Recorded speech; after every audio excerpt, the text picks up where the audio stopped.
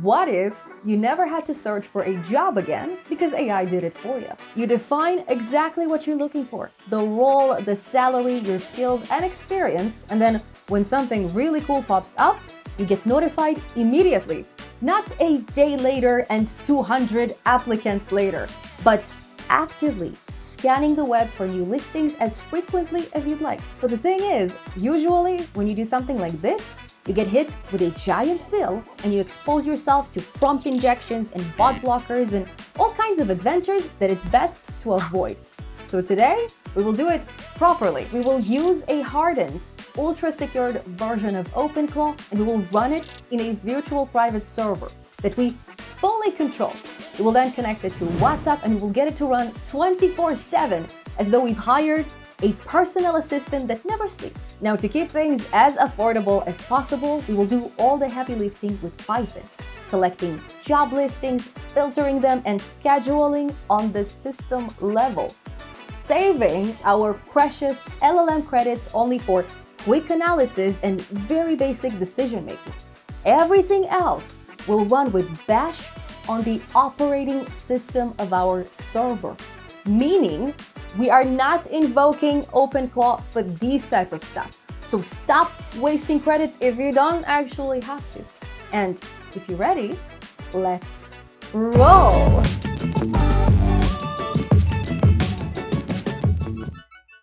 So first of all, let's set up OpenClaw. Now, if you're new to this, OpenClaw is an open source AI assistant platform that connects to WhatsApp, Telegram, Discord, and so on. And it allows us to talk to AI agents through these platforms. So ChatGPT, Gemini, Grok, and many others. Now, in our case, since we want our agents to always be available, we will deploy them on a remote system, just like deploying a website. And the idea is, if our website runs perfectly when our computer is off, then so should our AI bots. Now, to keep things extra safe, we will use the one-click deployment version that automatically blocks any kind of shenanigans. You will see shortly how. And for this, we'll go ahead and navigate to Hostinger, as we've done in previous private server tutorials, by typing hostinger.com/Python. And if you do so, Hostinger will know that you came from this video because this is my special link. Yay! The link is as usual in the description and in the pinned comment. Now, we already have a recommended server size for our KVM or our kernel-based virtual machine. And funny enough, it's the exact same server specs that we use for our portfolio project. So each of these components is explained there in great detail.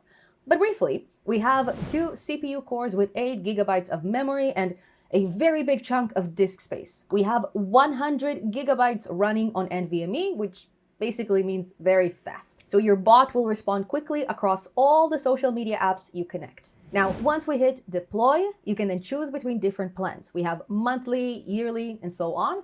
Just make sure to use my code Python when you go for the yearly or the bi-yearly plans. It will give you 10% discount on top of all these extra savings you get for the longer periods. And again, this is my special code and you can use it for any kind of server, not just OpenClaw. So on my end, I'm gonna go for the 2 years plan. And even though I'm already subscribed to a whole bunch of AI platforms, I am paying ChatGPT and Gemini and Grok, I will keep those Nexus AI credits. There is an offer right now that basically doubles the credits you buy for free. So if you get 5, you get 5 for free, or if you get 20, you get 20 for free. And I'm kind of curious to see how long they last me. I'll make sure to give you an update in the pinned comment. And also, this is actually the safest and fastest way to get OpenClaw up and running. You don't need to copy API keys and everything will be ready automatically. Now, the last detail here is picking a server location near you. In my case, since I live in Bulgaria, I'm just gonna go for Germany. And then let's click on continue. We will then log in, of course, and enter our credit card details off camera. Hello, everyone. It's been 24 hours later, and yesterday I've spent the whole day optimizing and experimenting and making little changes in my code. And I really wish I took the 40 credits, okay? I took the 10 instead, but when you're using OpenClaw to troubleshoot itself, for many, many hours. I finished filming yesterday's video at around midnight, okay? So there was a lot of troubleshooting involved. These credits, they're not gonna last you for very long for these type of use cases. Also, Okay, you can of course use your existing subscriptions like Grok, ChatGPT, Gemini, whatever. But when you do so, make sure you do so from the get-go. Don't wait until your Nexus credits run out and only then try switching to your OpenAI API key or whatever, because there is a bunch of rewiring involved. And I didn't know that, okay? And this 40 credits offer that I didn't take, you don't get it when you try to top up. You only get it when you register, and it's like a one-time thing. And when you're trying to top up, well, pay the full price. So another thing I didn't know. So I'm telling it to you right now. I thought I should film it. So from my observations, 40 credits is plenty, 10 credits is not. But again, I've been using it for very heavy and complex tasks. If you're just following along with this video, it's not gonna be this intense, okay? So yeah, that's all I wanted to say, and let's go back to the workflow and to yesterday. Now, once our payment is processed, we'll get our very own OpenClaw gateway token. So let's quickly copy it. And don't worry, by the time this video goes live, this token will no longer exist. Additionally, we will enter our super secret and private WhatsApp number, and we will click on deploy. Now, once our server is ready, we'll get a live OpenClaw project managed by Docker Manager, meaning our bot is encapsulated in a Docker container for extra isolation. If you're not sure what it means, check out my Docker quick start guide, but you don't really have to. Okay, so how exactly do we talk to our bot? Well, we simply click on this OpenClaw port, we then paste our gateway token like so, and then boom, we are in. Now, if for some unknown reason, at this stage you're getting a disconnected for no reason error, then all you do is replace the chat session main part of your URL with $token equals your token. And then once you press enter, this should solve it. Additionally, if you forgot to copy your token earlier, just go back to your project on Docker Manager and click on the copy gateway token button. And beautiful. Now back in our chat, let's just quickly check if our chatbot actually works. Let's ask it, hey buddy, are you alive? And perfect, he is indeed alive and well. Next, we will connect our WhatsApp account by clicking on channels and then show QR code. And we immediately click on wait for scan. Only then we open our WhatsApp on our phone, and then we go ahead and scan this QR code. Okay, we do so in our linked devices section. Now, once your device is linked on your phone and shows up as Google Chrome OpenClaw or whichever browser you've used, then back in your OpenClaw dashboard, you will navigate to the config tab. You will then click on update, and then when you return to your channels tab, boom, our WhatsApp is officially configured and it's good to go. Now, you only do this long process once when you connect a new device, but whatever you do, okay, make sure that you don't miss this wait for scan button, because you will get stuck here for hours and you will completely lose your mind. Now, once everything is connected, we will go back to the chat area in the browser, and at the same time, we will open a conversation with ourselves on WhatsApp. And then we will ask OpenClaw, yo, is anyone home? And boom, OpenClaw will respond on both interfaces. Perfect. Now, usually when we add external resources to communicate with, it means that we need to be extra careful. But this is how this one-click deployment image solves it. So if we navigate to the Skills tab and we open the built-in skills, we can see that the vast majority of them is actually blocked on purpose. And anything that may impose a safety risk is simply not allowed. What we can do instead is navigate to the Agents tab, where we can customize the model we're chatting with. By the way, you can pick from this list. And also we can view the list of tools that are available to us. So in addition to basic read and write, we also have an execute tool that can run bash scripts. And we also see a web search and a web fetch tools, as well as a cron task scheduling tool. Now, these are the only tools that we will need for our project. And actually, we can even bypass those web tools. We can use their low-level bash equivalents. Perfect. So let's move on with using these tools for our job market intelligence bot. For this, we will need some starter files that you can, of course, clone from my GitHub, and the link is in the pinned comment. Now, in those starter files, we first have a resume, we have 2 Python scripts, and a bash script that we will review quickly. And we basically have a while loop that runs every 60 seconds and executes both our Python scripts one after the other. Additionally, we have a resume where we set our preferences. Now, this is a JSON file that you will need to adapt to your skill and your experience. It basically helps OpenClaw understand who you are and what exactly you're looking for. So please go ahead and enter things like target roles, and you can enter your salary and important flags such as relocation and remote work. These will help us filter listings that we're not really interested to see. We are pulling these into our Python files.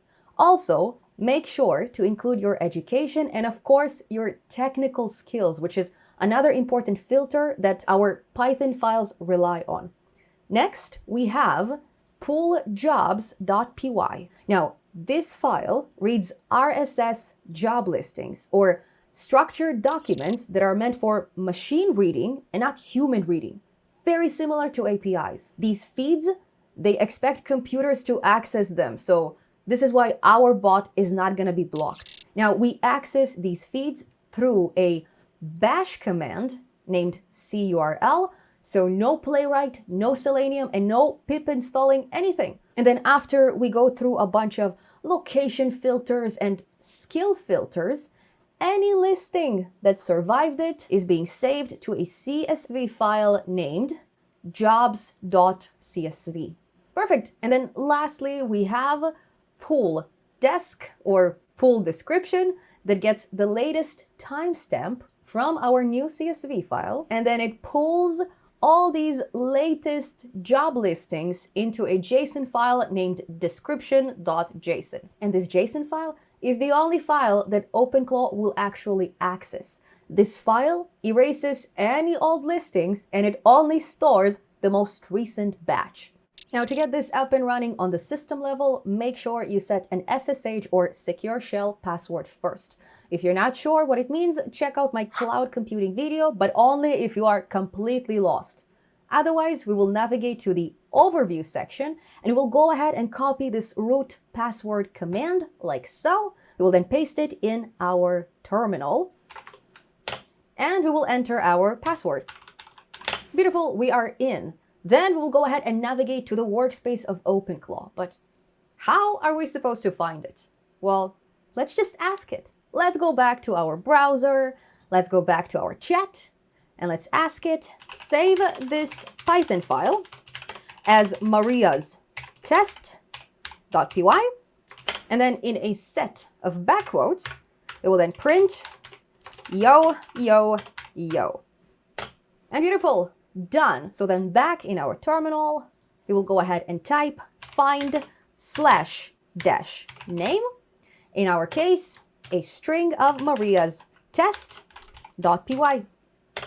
And beautiful, we get the exact URL in response, actually the exact path. Now keep in mind, it will be a bit different on your end. So let's quickly copy it and let's navigate there with cd followed by the path. And let's see exactly what it stores with ls. And great, we see a whole bunch of existing files on this server. And if you see a similar collection on your end, then you're in the right spot. I'm so sorry to interrupt you guys, but if you enjoyed this video and if you'd like to support this channel, please consider clicking on the hype button or the like button, or please leave some kind of a comment to help with the algorithm a little bit. I always forget to tell it in videos and then I feel very silly. So sorry once again, I'm out. Next, we will copy our local files into our remote server. For this, we'll go ahead and open a new terminal in addition to our old one, and we'll go ahead and navigate to our project folder with cd, in my case, job intelligence, or wherever you saved the files you cloned from my GitHub. Next, we will actually make sure that these files are there, and beautiful, they are indeed here. Next, we will go ahead and paste this lovely command that you can copy from the description. And if you'd like to find out exactly what it does, check out my cloud computing video. It's a secure copy command. Just make sure you revise the address of my server to the address of your server, as well as the name of my project to the name of your project. Now let's give it a quick run. And beautiful, our files were copied. So now when we go back to our original SSH terminal and we go ahead and check the content of our folder with ls, our files were officially added to the server. Yay! Now, before we can go ahead and execute our loop, we will need to give ourselves permissions. If we don't do this, we will be denied. So we will type chmod 700 and we will give ourselves permissions for the exec loop sh file.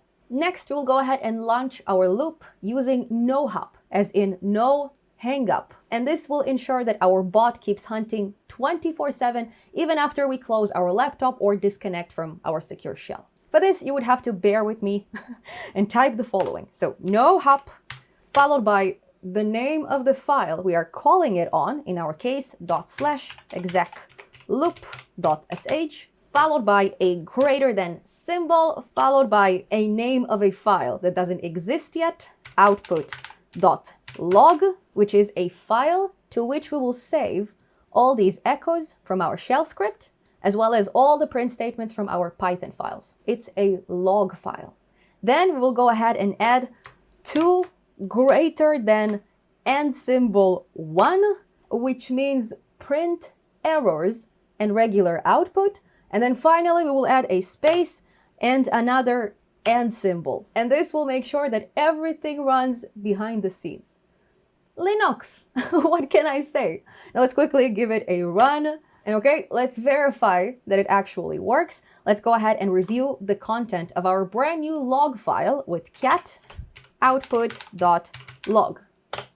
And great, we found 28 job listings. So let's make sure they're actually there. Let's quickly check the content of our JSON file with cat desk.json.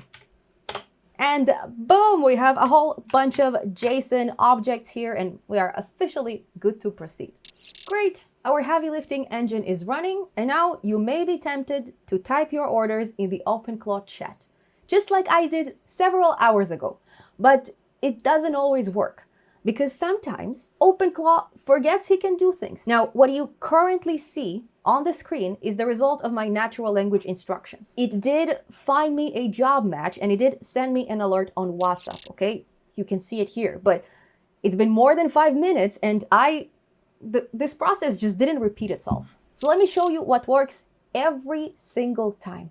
So let's quickly navigate to the Cron Jobs tab and we will manually set up this task. Okay, so we will call it job alerts and we will set it to run every 5 minutes. Also, we will copy these very specific instructions from the description. Okay, don't change anything. I've spent a lot of time perfecting them with OpenClaw. Okay, and then once we schedule this task, those job alerts will pretty much start coming in like clockwork. Now, while we wait for this clock, let's quickly check our logs.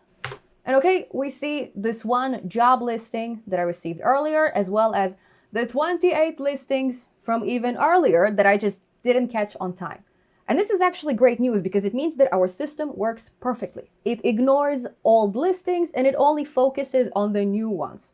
So what we're gonna do, for the sake of the demonstration, we'll basically erase our data files and we will start collecting everything from scratch. For this, we will remove with rm our jobs.csv and our desk.json.